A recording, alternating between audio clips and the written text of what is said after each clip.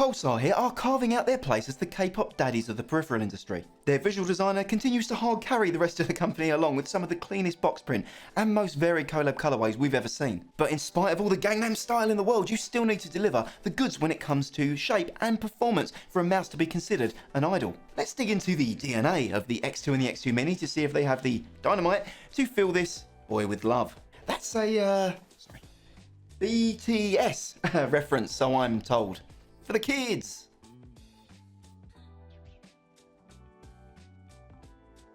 First off, big thanks to ZerkGamingMods for sending both mice out for testing and review. If you're in the UK too, firstly, my condolences, but at least Zerk has a ton of imported mice, pads and various lengths of custom paracores if you do decide it's all too much this holiday. They're held at a UK warehouse, so at least we have something for the Brexit pariahs. Curse you, Max Gaming! Use code GETREVIEWS, that's good enough tech reviews if you wondered where that came from, to save on some of their items, I'm told.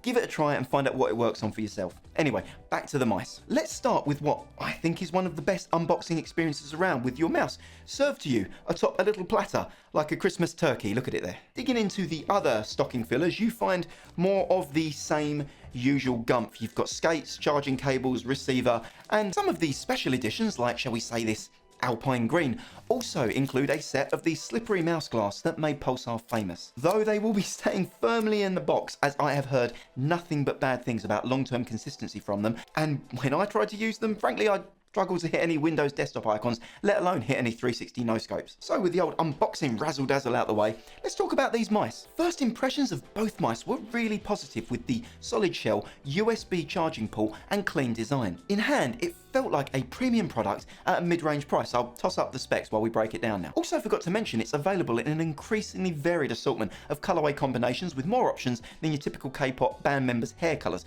including Zebra Gang, code Boardsy moment. In terms of the shape, the best way I've found to describe the medium at least is if someone heated up the Logitech G Pro X, held it at the same width point and aggressively dragged their fingers down it, scraping in deep comfort grooves on the clicks, lowering the front end and pushing all of that mass into the booty. This takes the hump of the mouse away from the center and into a much more rear bias position. If you found that the Logitech G Pro X filled your palm a little bit too much, then the lower profile X2, at least in the front, will be a welcome relief. This will allow more grip styles to have vertical finger micro adjustments without their hand bumping and grinding on the back shell like an early 90s Robert Kelly before his, let's just say, problems, shall we? It also lacks the curved lady hips with mostly flat, straight sides that do flare off a little bit towards the rear. This grip width, coupled with the low shell height, made it feel more like I was trying to wrap my hand over the roof of a Lamborghini on the medium, even with 20 by 10 centimeter hands. This may be a dub for the plump-handed folks, shall we say, who typically have to stack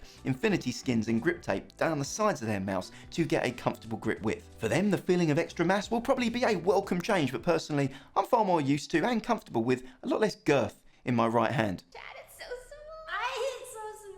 And this really was time to shine for the scaled down X2 Mini. Despite only being 2mm narrower, that made a huge difference in terms of my own comfort and subsequently my accuracy when using it. I immediately felt more like I was in control of a snappy precision instrument rather than trying to 3-point turn a U-Haul truck in an alleyway. Whilst there are some quirks with the shape, I do think it's probably standard enough to not be a risk for most folks though. As long as you know that the medium is going to be a chunky thick boy, you shouldn't be too surprised by anything else on this mouse shape. Now I find software analysis even more boring to record than I do to watch, so let's keep this as brief as possible and say it does indeed have software on this mouse. You'll be able to see it on screen now, and I can confirm that it allows you to amend all sorts of wonderful things on your mouse. Download it, tweak it to your preference, then never touch it again, and thank me for giving you 2 minutes of your life back and not subjecting you to a detailed analysis to each of the 26,000 DPI steps.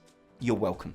Build on the mouse is generally decent, and despite its, well, frankly X-rated gaping bottom holes, the mouse has a matte coating that is grippy enough whilst remaining smooth. At a push, I would say the Alpine Green is a hair more tactile than the white, which seemingly has a fraction more sheen to it. But this also could very well be the psychotic ramblings of reviewer PTSD from having to come up with new and exciting ways to describe the feeling of rubbing ABS plastic in each video. Despite both shipping in perfect condition, my white medium DPI button loosened up considerably and now rattles noticeably on left to right swipes.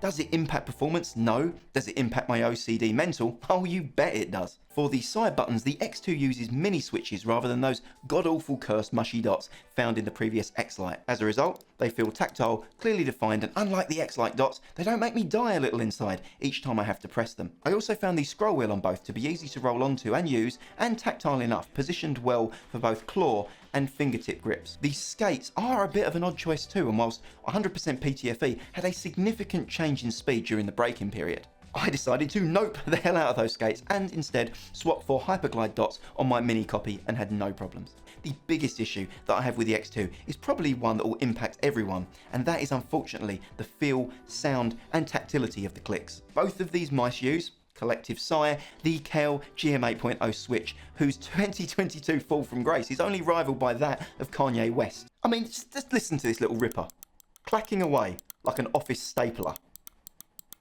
The Mini is slightly improved, but that's like saying it's probably better to barefoot step on a Lego piece than a tetanus-riddled rusty nail. Neither are pleasant, one is more terminal. But wait, before you leave and write off Pulsar forever, their latest collab not only features everyone's favourite esports pro, Bruce Lee, apparently, but whose vengeful spirit will be dragon kicking those Kel 8.0s off the PCB and replacing them with some fancy optical switches instead. I have absolutely no clue how the opticals will feel and perform, but on the bright side, can't be any worse than these 8.0s. For the community and the culture at large, I did a bit of a science project and swapped the stock 8.0 in the Mini for some aftermarket zippies instead. So shall we close our eyes, light a candle, burn some incense and enjoy some clicky mouse ASMR comparisons together.